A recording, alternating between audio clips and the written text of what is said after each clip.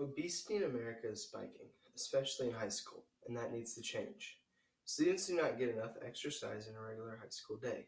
Students only get half a year of gym during their entire high school career. Other than that, they are just sitting down majority of the day. According to data from the 2017 Youth Risk Behavior Surveillance System, 14.8% of high school students grades 9 to 12 nationwide had obesity and 15.6% were overweight. The obesity rate has increased significantly, up from 10.6% in 1999. According to an article by Amy Norton, over 90% of high school students don't get enough exercise to stay fit and healthy.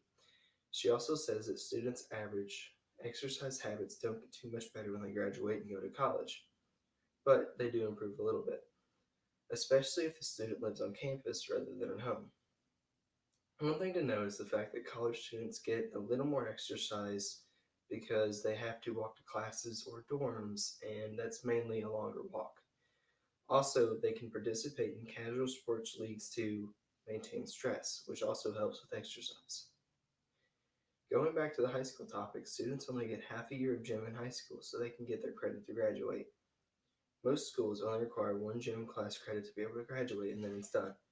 Most students can get more credits than they need to graduate, so taking another gym class or two won't hurt the average student. This is just one way of how high school obesity can start to drop. Like I mentioned earlier, obesity in high school is up 10.6% more than in 1999. Another reason that could be caused from this is the development of technology, such as gaming consoles. High school students are notoriously attracted to video games and spend hours playing them at a time, taking time away from going outside, sports, and other physical activities.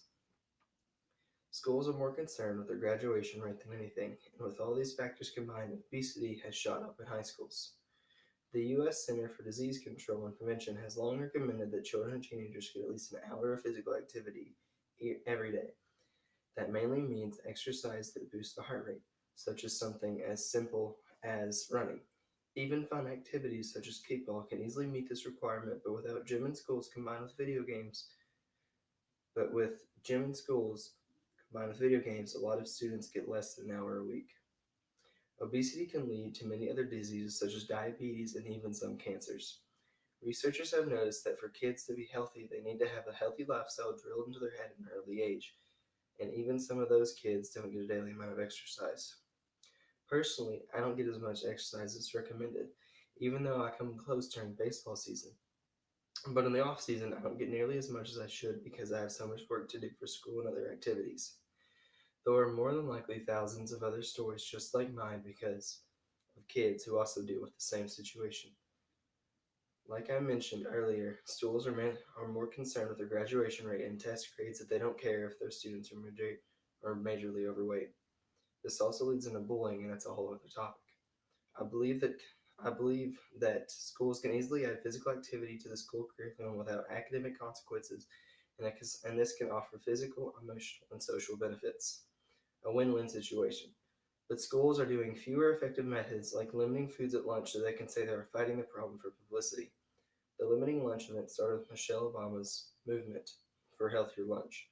While it was a good idea, many students hated it because their favorite food was being taken off the menu, which is understandable. But taking things like cheese off burgers was crossing the line a little bit, and students being mad is nothing less than understanding.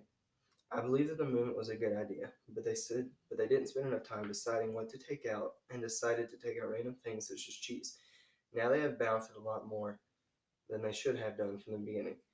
It's a happy medium. The kids are getting healthy food and they are happy. Schools can also provide daily physical education for students K through 12 and do more to fight the problem than schools around the country are facing. Also, basing PE on national standards will have a huge impact since schools don't already do this, even though they should. There are many benefits to fighting the childhood obesity problem. Students and kids will live much better lives if they choose to be healthy, and schools do have an influence on that decision. If kids sit in a desk for 9 hours a day, they are more than likely to go home and do the same thing, instead of going out with friends and finishing the kickball game that they started in PE that day. This is simply an easy way to help kids make the future a better place.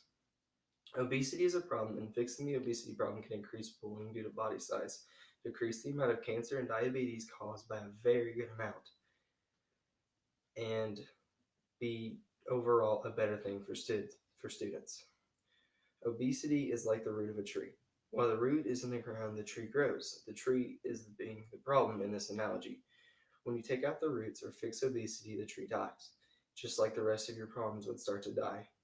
Very simple methods can go a very, very long way, and it only takes simple movements in schools to help kids get out on their feet more. And it will lead to a very long, healthy, successful life for these kids, which is what schools should be more concerned about rather than their own graduation statistics for their own benefit. Plus, helping fix obesity will bring up graduation rates either way. Another reason why schools being more involved is a win-win situation.